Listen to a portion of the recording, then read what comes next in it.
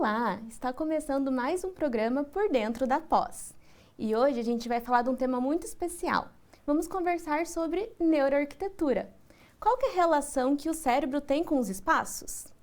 Eu sou a professora Andressa Munhoz, sou coordenadora dos cursos de pós-graduação das áreas de Arquitetura e Design da Uninter, e hoje eu vou conversar sobre esse tema com a professora Viviane Oliveira de Mello, que é professora tutora dos cursos de Neurociência da pós-graduação da Uninter. Bem-vinda, professora.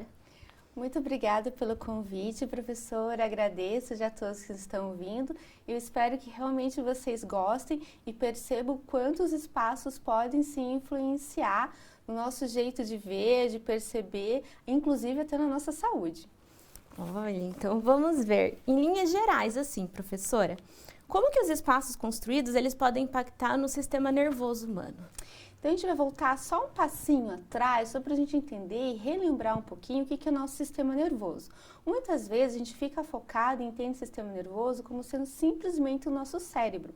E não é, e só o cérebro por si só, ele não faz muito sentido na questão de a gente entender qual que é o objetivo, o porquê que ele existe. Então, dentro do processo evolutivo, os seres vivos foram adquirindo e aprimorando o sistema nervoso para quê? Para a gente poder ter um sistema que pudesse integrar de uma maneira geral, unificada, tudo o que acontece no nosso sistema orgânico, né? Então a gente pensa lá sistema respiratório, sistema digestório, né? Sistema circulatório, sistema reprodutivo, com relação ao nosso meio ambiente. Então, esse meio ambiente é propício à vida? Esse meio ambiente produz as melhores satisfações para o meu desenvolvimento? Então, o cérebro, ele controla tudo isso, coordena tudo isso, só que ele não está ali isolado. Para ele conseguir perceber tudo isso, tanto internamente quanto externamente, ele tem vários receptores. Então, na verdade, o nosso sistema nervoso, ele se estende por todo o nosso organismo, né? Então, a sensação que a gente tem de tato, né, os órgãos do sentido, a visão, paladar, audição, são os meios com os quais o sistema nervoso consegue entender, então, esse ambiente externo e perceber o que está acontecendo ao seu redor. Internamente, a gente também tem esses mesmos receptores, claro, específicos, né, para cada sistema e junto a isso as moléculas orgânicas também.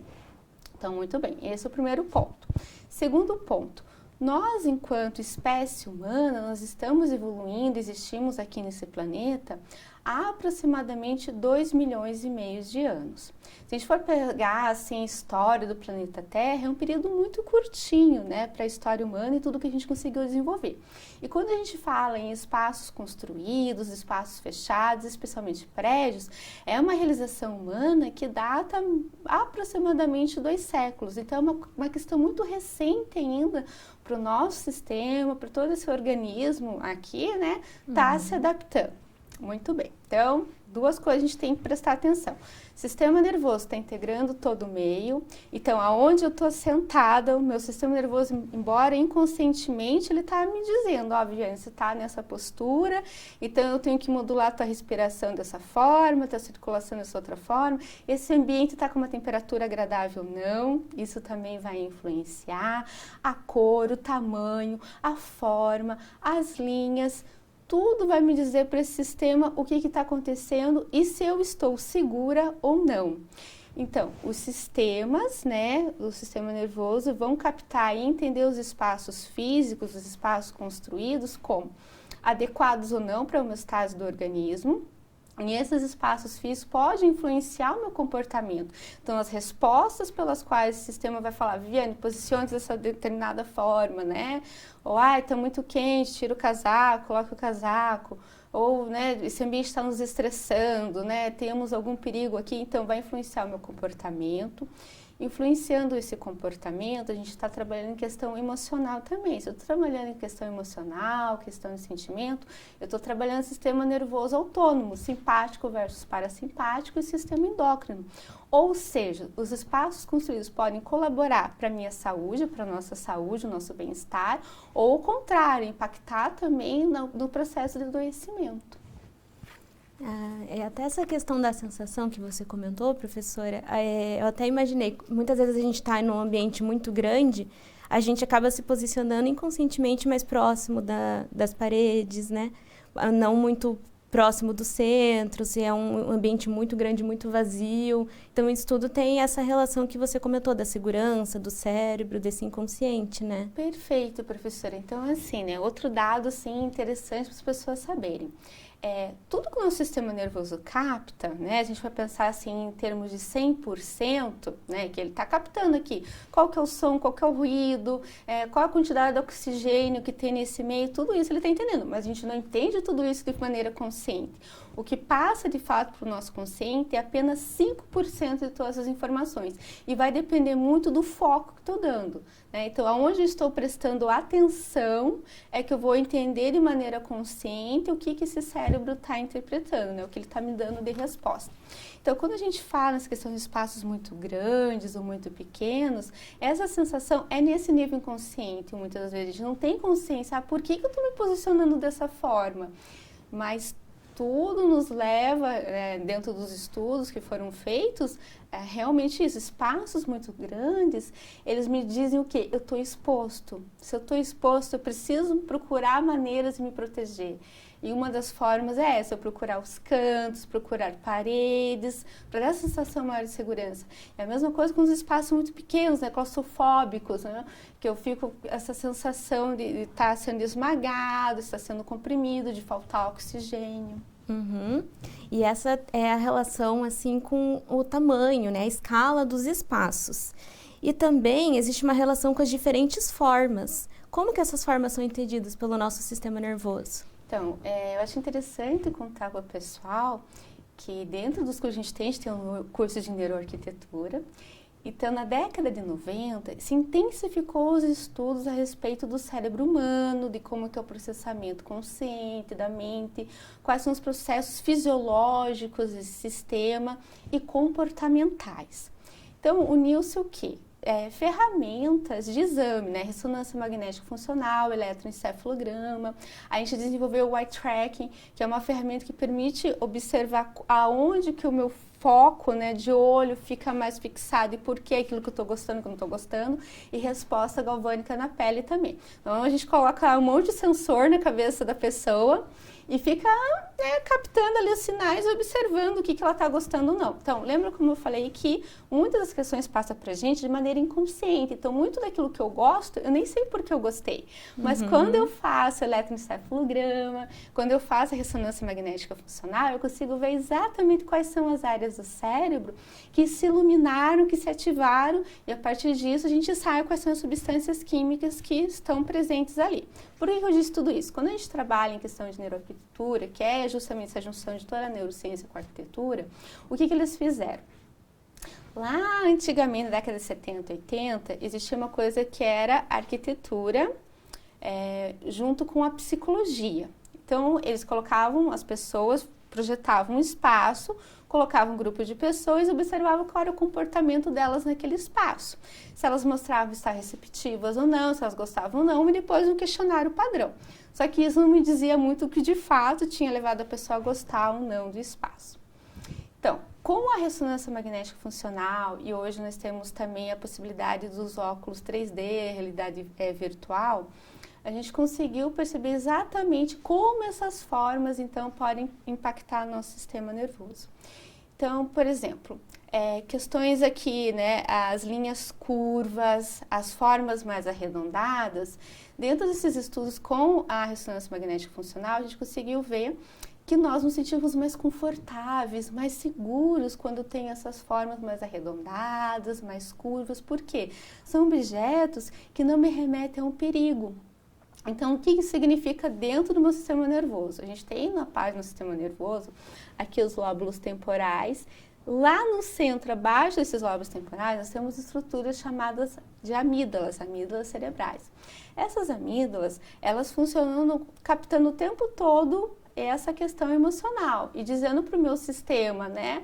Olha, isso aqui tem aspecto emocional, isso não tem. Isso aqui é perigoso, isso aqui não é perigoso. E toda vez que ela entende como algo perigoso, é como se ela acendesse uma sirene ali para o meu cérebro, dizendo, ó, aqui tem perigo.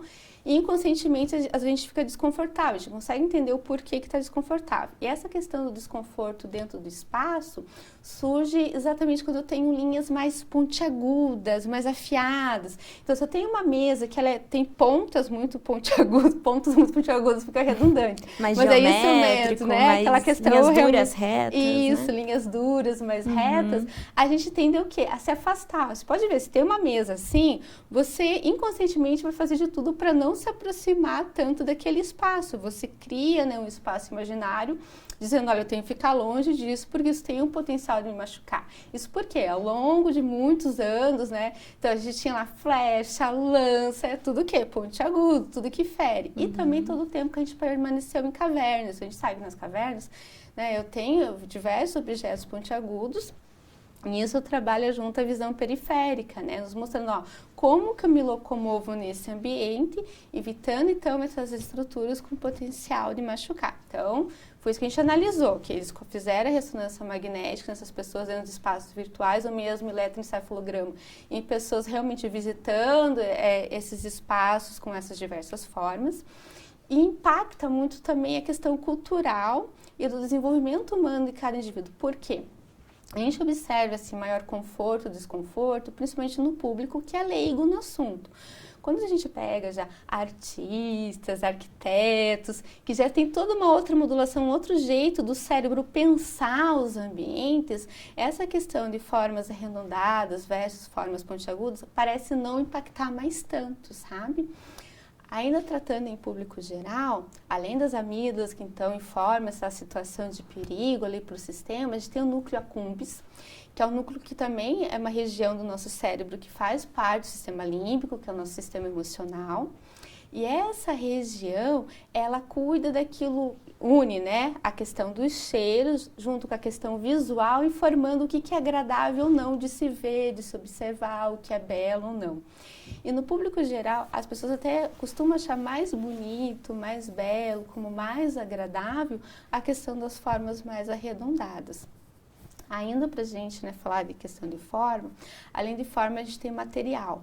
Então, por exemplo, em ressonância foi observado que a estrutura de pirâmides, né, não é à toa que as grandes civilizações, né, antigas, todas elas trabalhavam essas construções, principalmente em questão espiritual, em forma de pirâmide, né, os egípcios, os incas, os maias, enfim.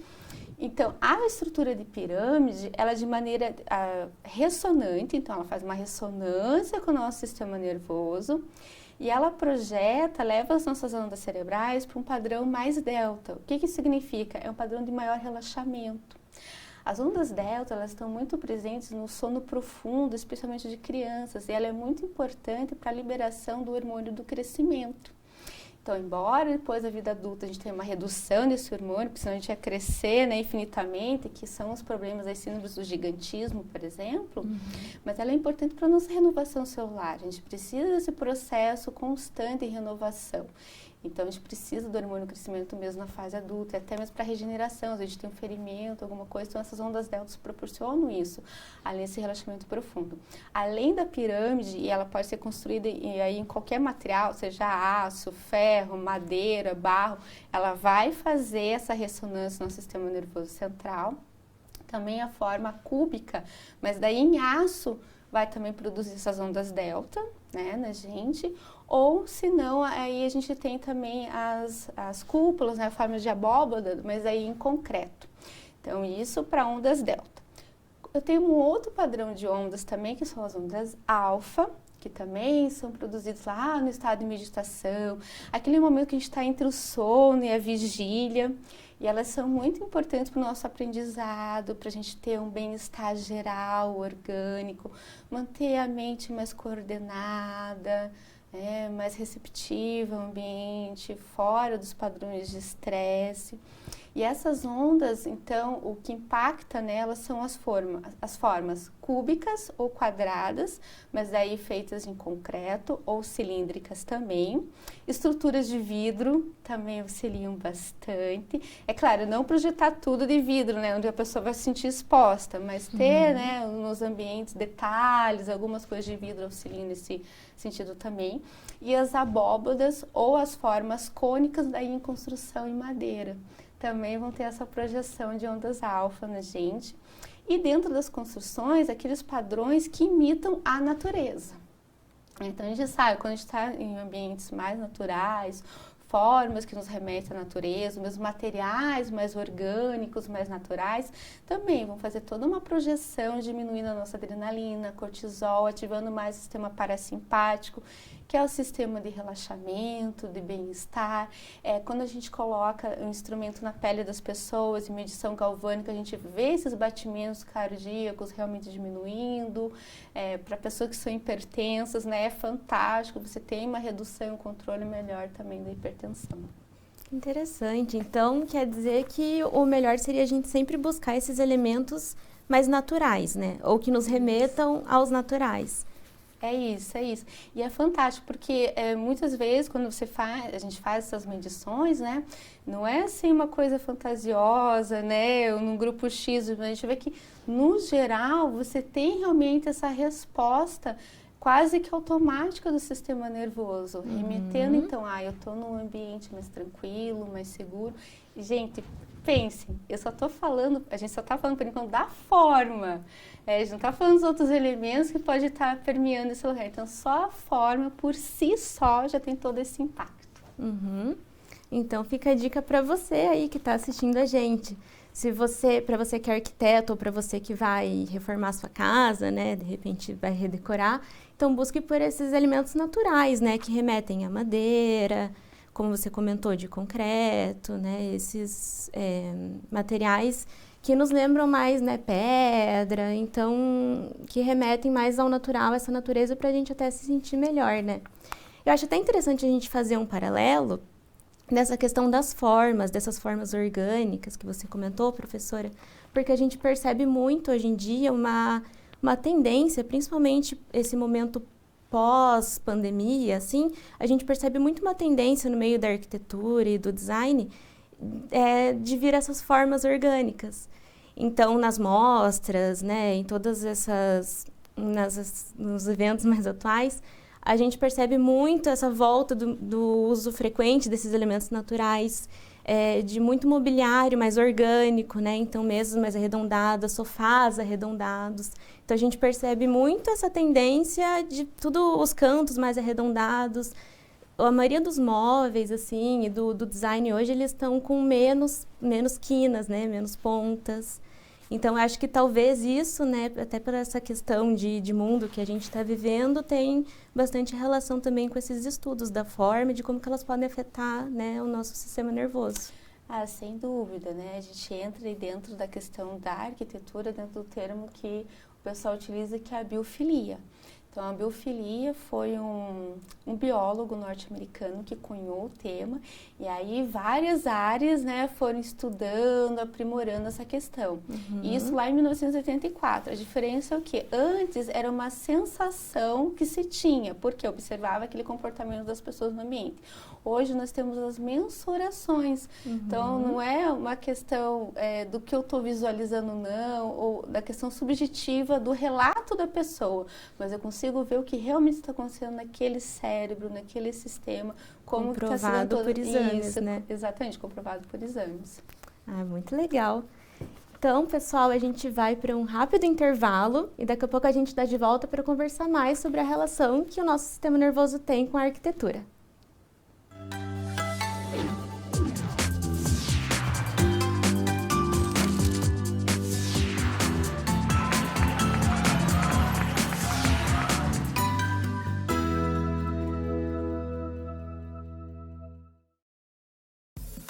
O Ministério do Turismo, a TV Cultura e o Uninter levam até você Provoca. Ainda bem. Metrópolis. Linhas Cruzadas. Estação Livre. Matéria de capa. Senhor Brasil. Repórter Eco. Opinião. Planeta Terra. E Quintal da Cultura. É muito legal. Aqui tem dramaturgia, sustentabilidade, documentários, música, inclusão, diversidade. Tinha que estar tudo aqui. Aqui tem cultura.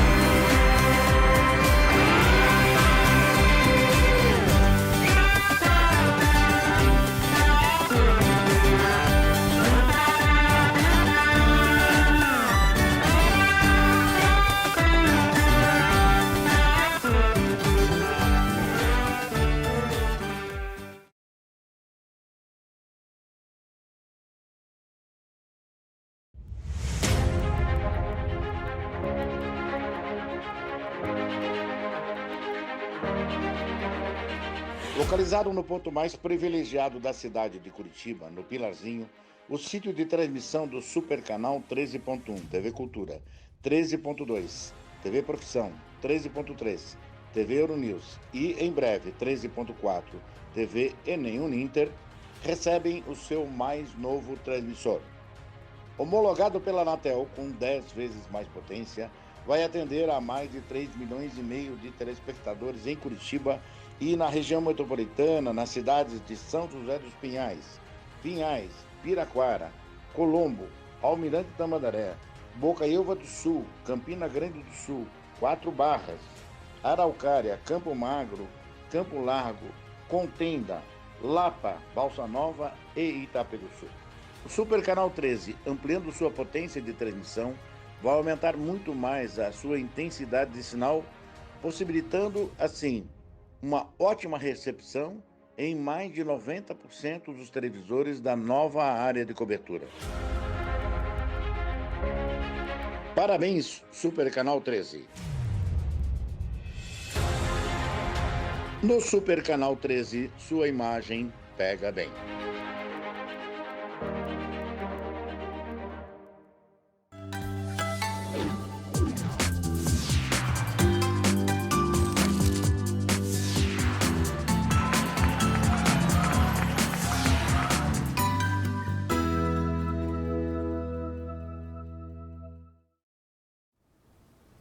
Olá, estamos de volta com o programa Por Dentro da Pós.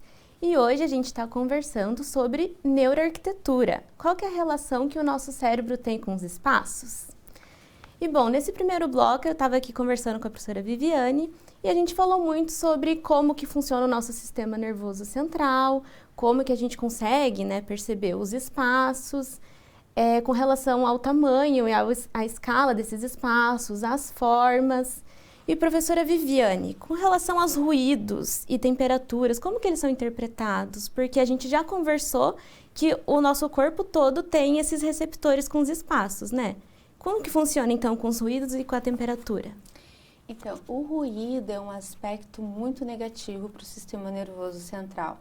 Se a gente está tentando se concentrar, manter o foco numa atividade, eu tenho um ruído muito intenso, isso vai ser captado como um sinal agressor, possivelmente, realmente como um perigo, e vai aumentar, então, a sinalização daquela estrutura que eu tinha mencionado, que são as amígdalas, né? Então, elas vão ficar como uma sirene ali no sistema, né? Ó, tá acontecendo alguma coisa, não tô conseguindo identificar, mas isso aqui não tá bom, isso aqui tá ruim. E vai ativar um sistema que não é tão interessante, que é os sistemas relacionados à ansiedade, à angústia, ao medo. que é o sistema, o nosso eixo, tá? Entre o hipotálamo, a hipófise e a adrenal. Então, o que acontece? As amígdalas disparam, aí o hipotálamo diz, ok, tem algum perigo por aqui. Então, aí ele manda para a próxima estrutura, né? E essa daí manda lá para as nossas adrenais em cima do rim. Ó, libera cortisol aí, mais adrenalina, porque tá acontecendo alguma coisa, tem que estar preparado aqui para lutar ou fugir. Então, a gente sabe que o estresse dentro de um determinado nível, ele é positivo, ele é bom.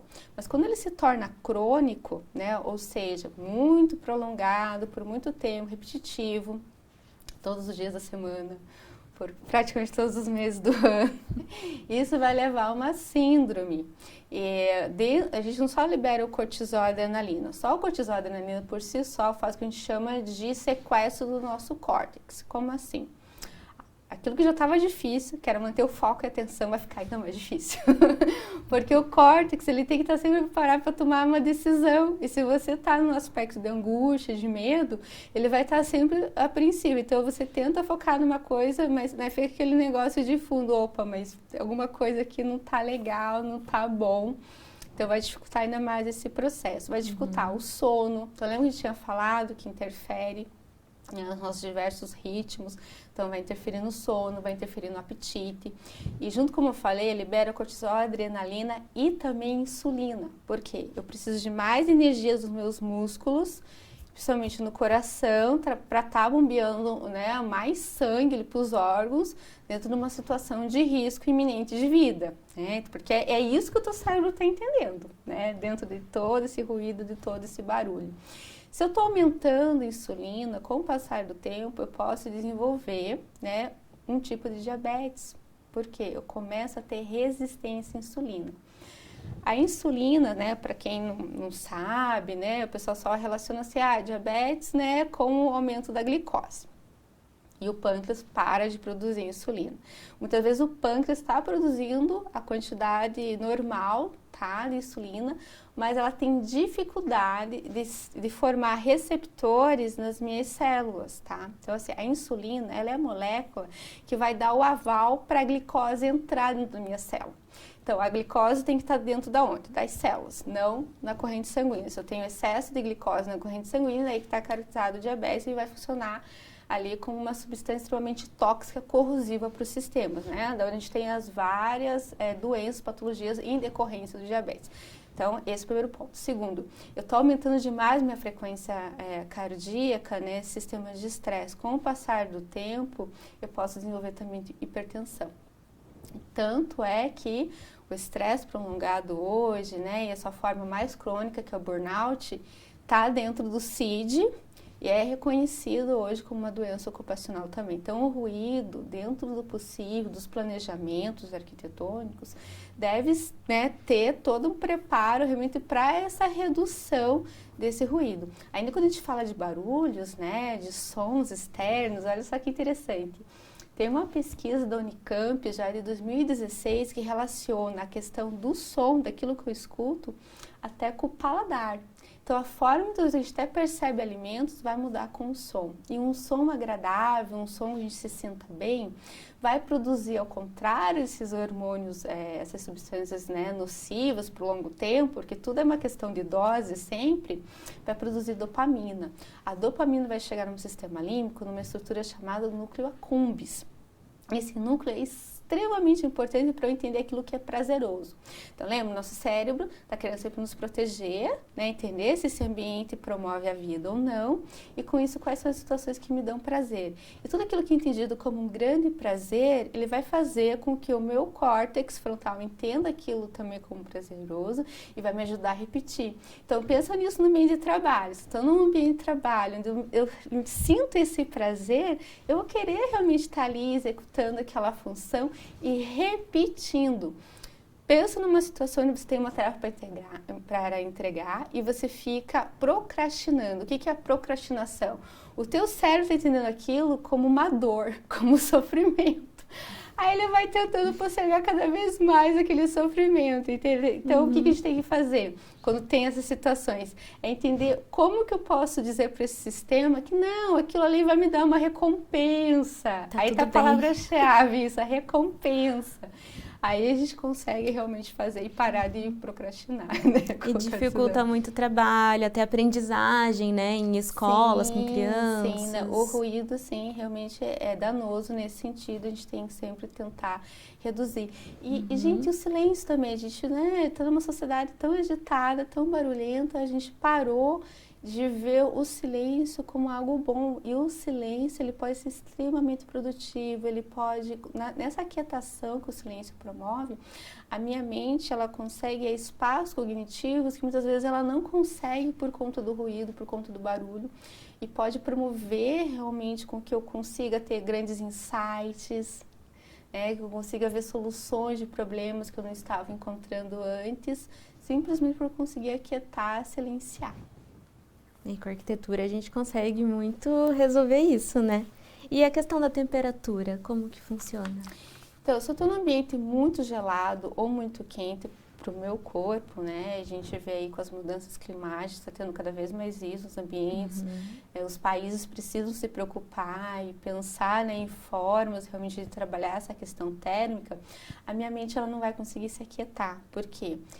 A temperatura, ela impacta diretamente no meu sistema de homeostase corporal. O nosso corpo, ele precisa estar aí no máximo ali 37,5 de graus internos. Por quê? É a temperatura onde as minhas enzimas celulares conseguem trabalhar no nível normal. Se eu começo a subir ou descer demais a temperatura, essas enzimas ficam prejudicadas. O sistema celular fica prejudicado.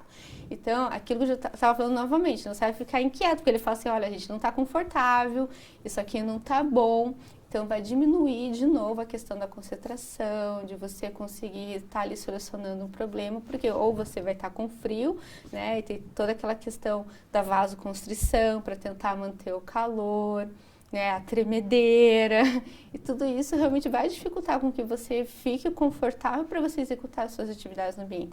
E o calor extremo, a mesma coisa, né? Ele vai impedir com que você permaneça naquele ambiente de maneira produtiva, né, realizando suas atividades. Eu fico só pensando, né, antigamente, até retomando agora ali na Europa as minas de carvão, como que eles trabalham essa questão do controle, né? Porque quando você pensa em caldeiras, esse pessoal que trabalha diretamente com o calor, é claro, o corpo deles vai adoecer, né, mais rapidamente e então vai ter uma alta rotatividade de pessoas, né? Se a gente pensar nessa questão realmente de produção apenas, né? A gente vai ter uma redução disso.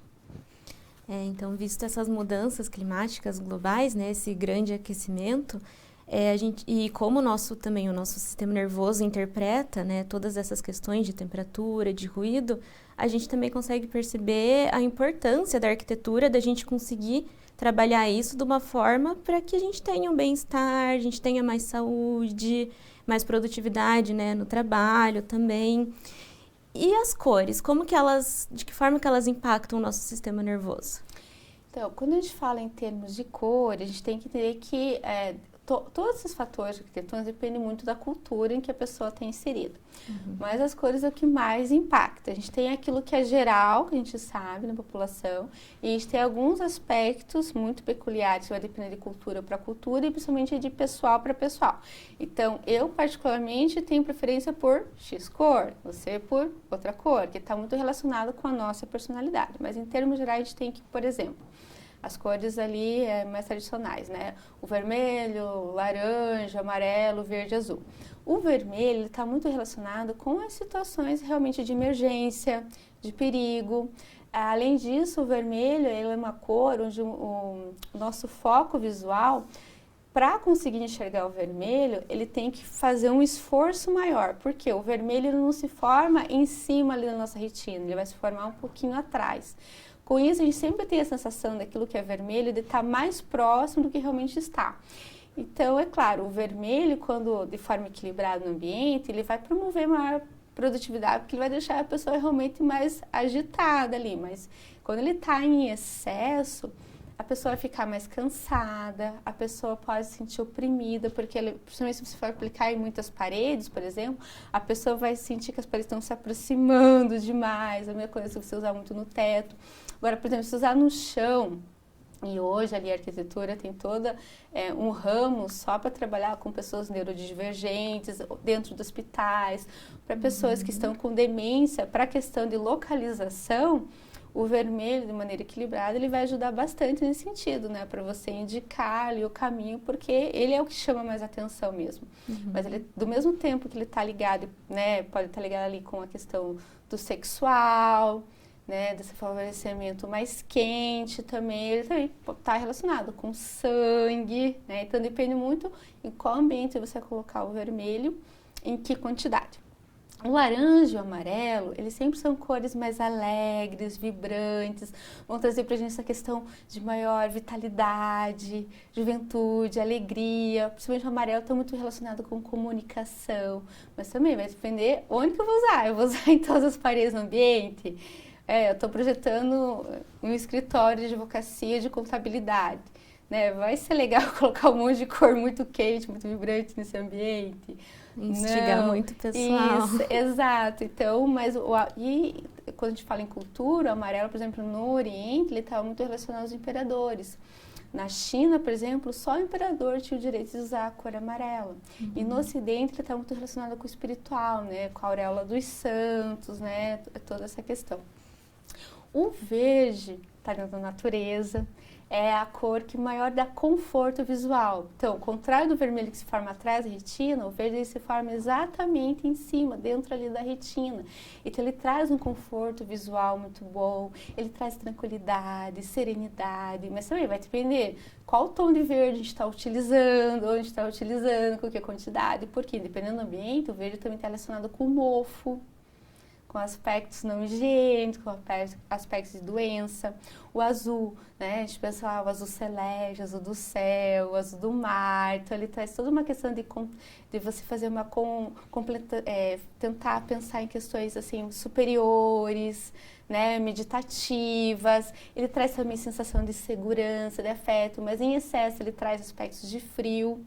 Né? Então, ao contrário do vermelho, que pode subir a pressão arterial, os batimentos cardíacos, o azul ele acalma, ele relaxa. Então, você vê esse efeito realmente na pressão arterial da pessoa, na sua frequência cardíaca, mas vai depender também do tom, né, que está sendo utilizado e da quantidade de azul. Tudo é questão de parcimônia da quantidade do ambiente, porque o azul também em excesso, ele vai justamente fazer o contrário, né? Principalmente os tons mais próximos ali do preto, o azul petróleo, o azul mais para o cinza, em espaços, né, em grande quantidade, ele vai me dar uma sensação também de medo, por exemplo.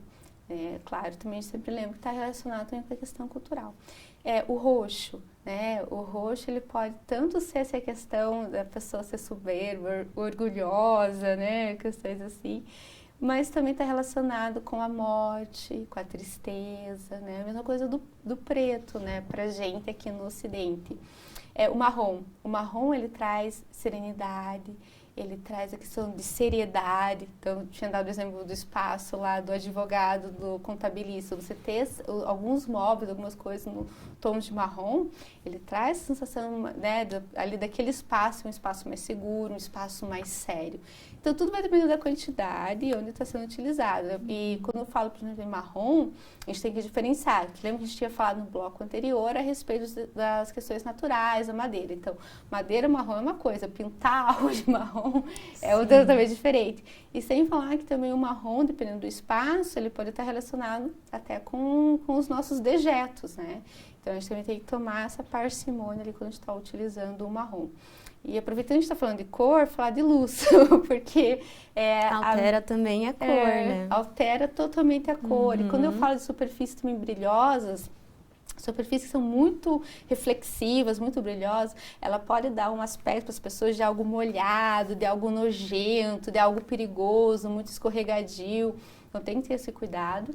E hoje, mais do que nunca, há cerca mais ou menos de 15 anos atrás apenas, a gente descobriu que além dos cones e bastonetes, que a gente percebe as cores, as formas, os movimentos, então, os cones, principalmente as cores em cima da luz, e os bastonetes, a questão das formas, mais na baixa luminosidade, nós temos fotorreceptores que conseguem não fazer essa diferenciação exata de cor, de forma e movimento. Mas eles são especialistas em captar a luz azul. Qual que é o problema? As nossas lâmpadas artificiais hoje, que são basicamente os LEDs, a gente tem a impressão que a gente está captando luz branca, mas na verdade a maior saturação ali naquelas lâmpadas é frequência de luz azul. E muitas das vezes luz azul já dentro do ultravioleta, que são os 680 Hz. Tá? Quais são os impactos disso, né? Primeiro, se eu estou próximo do ultravioleta, eu posso ter todos os danos que a radiação ultravioleta tem, né? Esse é o primeiro ponto. Segundo ponto é que ele vai me cansar muito. Então, o ideal seria, claro, essa luz, ela indica para o meu sistema nervoso que está dia, então eu tenho que estar ativo, eu tenho que estar acordado, eu tenho que estar totalmente disposto. E quem faz isso, que dá essa disponibilidade, que faz a gente estar disposto, né, é justamente o cortisol, né, nas pequenas quantidades é ele que vai fazer isso. Mas quando tem uma saturação muito grande de cortisol, e por períodos muito longos, acima de 6, 7 horas, a gente vai ter uma diminuição na produção da melatonina. E sem melatonina a gente não dorme. A gente está vendo todos os processos de insônia que são ocasionados, né, por esse excesso dessas luzes, né, essas luzes azuis, e que impede a produção de melatonina. Então, a gente estava discutindo até esses dias, né, muitas pessoas estão fazendo uso da melatonina, mas não adianta também eu fazer uso da melatonina se eu continuo me expondo antes de dormir, um pouquinho antes de dormir, a essa frequência azul. Além das lâmpadas, né, então a gente tem todas as telas, celular, tablet, computador, é basicamente esse mesmo sistema. Porque você toma hormônio, mas por outro lado você está fazendo estímulo contrário, aí não tem muito como resolver, né? E assim, esse fotorreceptor está o tempo todo, né, captando. Então, muitas vezes as pessoas, eu tinha também mencionado, vai ao banheiro e a luz é LED do banheiro. Então, na hora que ela acendeu a luz, ela acordou lá com sono para fazer o seu xixi e a hora que vai voltar não consegue mais dormir. Por quê? O sistema já captou essa luz e já pensou, opa, tá na hora de eu acordar. Então, a pessoa vai ter dificuldade para dormir e muitas vezes quando consegue de novo dormir, você já está na hora de acordar efetivamente. Então a gente consegue perceber como cada mínimo detalhe, né, dos ambientes que a gente vive e que a gente passa muito tempo da nossa vida dentro desses ambientes. 90%, professora, hoje é cerca disso. Algumas pessoas mais, outras menos, mas dentro do espaço fechado, cerca de 90% da nossa vida basicamente, nossa vida toda, então, dentro desses ambientes. E como cada mínimo detalhe pode influenciar na nossa saúde, né, no nosso bem-estar, desde a cor, de uma simples forma, né, dos objetos, uma infinidade de coisas que acabam, né, deixando a gente mais doente, enfim, né.